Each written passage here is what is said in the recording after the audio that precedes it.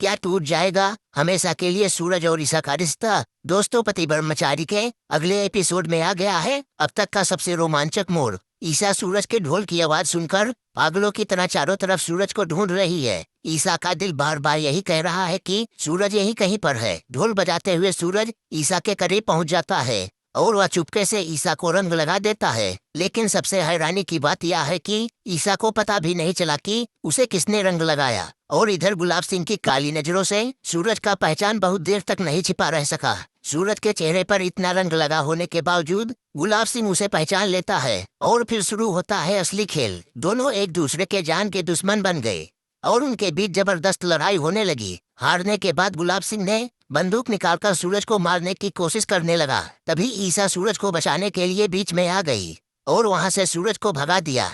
इसके बाद सूरज अपने घर खाली हाथ लौट आया। घर आकर सूरज ने अपने भतीजे ब्लूटूथ और अपने माता पिता को बताया कि ईसा अब कभी नहीं आएगी। यह सुनकर सबकी उम्मीदें टूट गई। तभी अचानक घर के दरवाजे पर ईसा की परछाई दिखती है। अपनी चाची को देखकर ब्लूटूथ खुशी से झूम उठा। उसे लगा कि चाचू ने उसे सरप्राइज दिया है। ईसा को देखकर पूरी फैमिली खुश हो जाती है। ताई माँ को लगा कि आखिरकार बहू मान गई, लेकिन ईसा के मन में कुछ और ही चल रहा था। ईसा ने घर में कदम तो रखा, लेकिन उसके शब्दों में प्यार की जगह कड़वाहट थी। वह अंदर से टूट रही थी और उसकी आंखों में आंसू थे।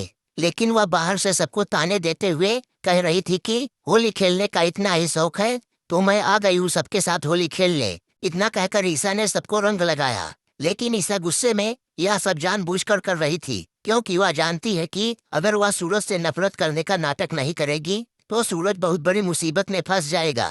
अपने ससुर और ताई माँ का आशीर्वाद लेने के लिए ईसा ने बहुत चालाकी से अपना फोन नीचे गिरा दिया और झुककर फोन उठाने की आड़ में ताई माँ के पैर छू लिए, ताकि किसी को उनकी ममता और सम्मान का पता न चले। इसके बाद ईसा अपनी आंखों में आंसू लिए गुलाब हवेली में वापस लौट जाती है। दोस्तों, आपको क्या लगता है